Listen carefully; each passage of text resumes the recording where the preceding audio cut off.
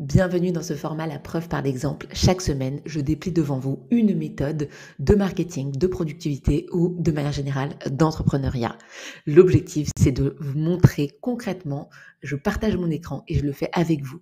Il n'y a pas de mensonge, il n'y a pas de bullshit. Vous voyez tout en direct live, y compris les petits couacs.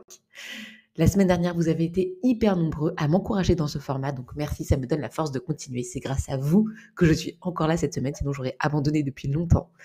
Deuxièmement, vous avez été aussi nombreux à me donner des suggestions de sujets.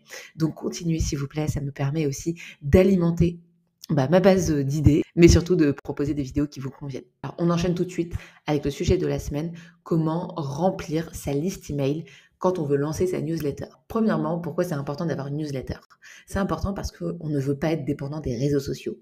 Aujourd'hui, les réseaux sociaux sont très utiles parce qu'ils vous permettent de vous faire découvrir à plein de gens. Donc, il y a un potentiel de viralité qui est très important. Parfois, vous faites des publications qui peuvent faire le buzz du jour au lendemain, que ce soit sur Instagram, YouTube, LinkedIn. Mais les réseaux sociaux, c'est un peu à leur bon vouloir.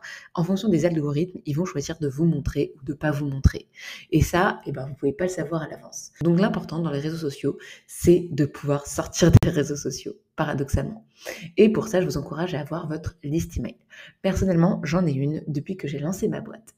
J'ai plus de 10 000 abonnés avec un taux d'ouverture à plus de 70%. D'ailleurs, si vous êtes là, c'est très probablement que vous venez de cette liste email. Donc, c'est super important d'avoir un canal qui soit indépendant. Et ce canal, on va appeler ça la newsletter. Et pour avoir une newsletter, encore faut-il avoir des gens à qui l'envoyer. Donc, ce qu'on va voir aujourd'hui, c'est comment remplir sa base email pour sa newsletter. Comme d'habitude, je vais vous montrer l'intérieur de mon outil, comment ça se passe concrètement. Donc là, je me suis connectée à mon outil d'emailing qui s'appelle ConvertKit. Ça s'écrit comme ça, si jamais ça vous intéresse. C'est un outil qui est très intéressant pour les personnes qui sont solo, les freelances, les indépendants, les solopreneurs et solopreneuses, parce que c'est un outil qui s'adapte très bien aux créateurs de contenu. Après, si vous avez des business en équipe, je peux vous conseiller d'autres outils. Dites-le moi en commentaire pour que je le sache et que je puisse vous répondre. Ceci étant, même si vous n'avez pas ConvertKit, ce que je vais vous dire est valable parce que vous allez pouvoir retrouver exactement les mêmes fonctionnalités. Tous les bons outils d'emailing le font. Donc vraiment, il ne faut pas que ce soit un frein. Si vous n'avez pas ConvertKit, ne vous prenez pas la tête. Vous aurez exactement la même chose sur votre outil d'emailing. Il suffit de trouver exactement où est la fonctionnalité. Donc là, je vais vous montrer un graphique qui est probablement l'un des graphiques les plus importants quand vous avez une liste email ou une newsletter. C'est le nombre d'abonnés par jour que vous obtenez. Donc là, c'est une plage de temps qui s'étend entre le 20 janvier et le 20 février. Donc le 20 février, c'est aujourd'hui, c'était depuis un mois. Et en vert, c'est le nombre de new subscribers, donc les nouveaux abonnés que j'ai par jour. On voit qu'en moyenne, j'en ai entre 10 et 20, sauf pour deux gros pics qu'on détaillera tout à l'heure. Il y a également le nombre de personnes qui se désabonnent. Donc ça, c'est les histogrammes qui sont négatifs. Et on a aussi la soustraction des deux. Donc là, on voit 19 moins 11, ça fait 8. Donc cet outil, il est super intéressant parce qu'il vous permet de voir la progression de votre liste email. Là, je l'ai fait pour un mois, mais on pourrait s'amuser à le faire pour un an, par exemple. Donc on va mettre depuis le 20 janvier, allez, on va dire 2022. Hop. Au 20 février 2023 et on va faire l'affichage par jour, donc comme tout à l'heure, ou on peut faire aussi l'affichage par mois. Donc là, vous voyez l'évolution du nombre d'abonnés en fonction des mois. Il y a des mois qui sont un peu plus bas. Vous voyez, le mois d'août, il y a moins d'activité, ça se voit. Le mois de décembre aussi, bref. Donc là, vous voyez l'évolution du nombre d'abonnés en fonction du temps. Moi, je vais vous remettre la vue par jour parce que c'est ça qui va nous intéresser aujourd'hui. Donc, je me remets donc du 20 janvier au 20 février et on va se mettre par jour. Voilà.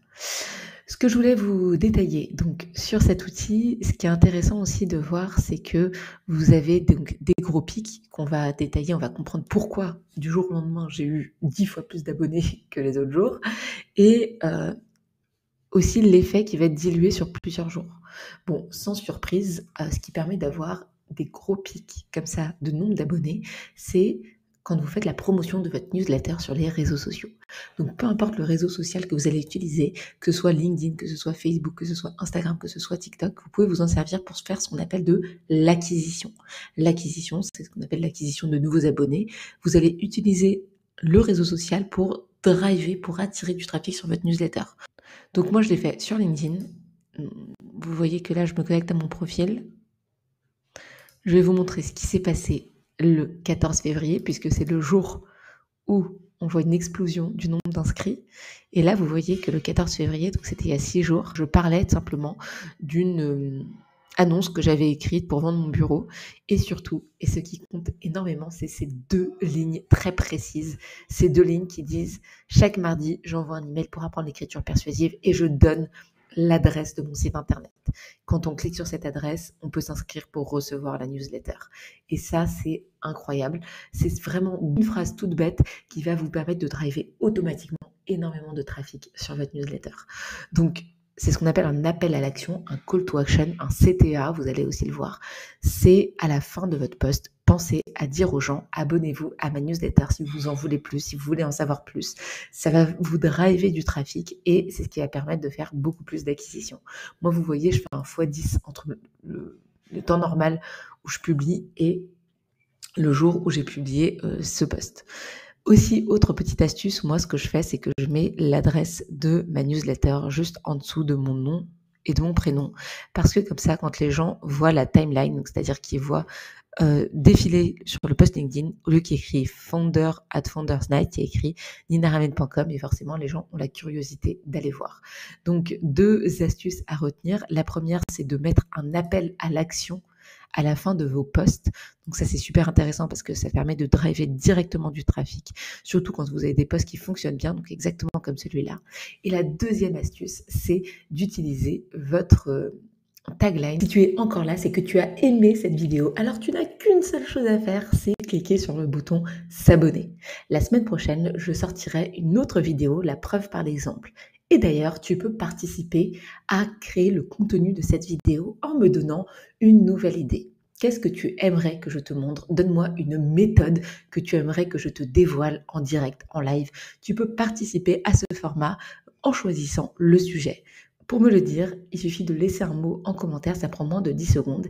Et surtout, ça me donne la force de continuer. C'est un format que j'essaye de maintenir chaque semaine. C'est pas facile pour moi de passer devant la caméra. Alors, chaque mot d'encouragement que je reçois, c'est vraiment un boost d'énergie. Je vous dis à la semaine prochaine pour un nouveau format, la preuve par l'exemple.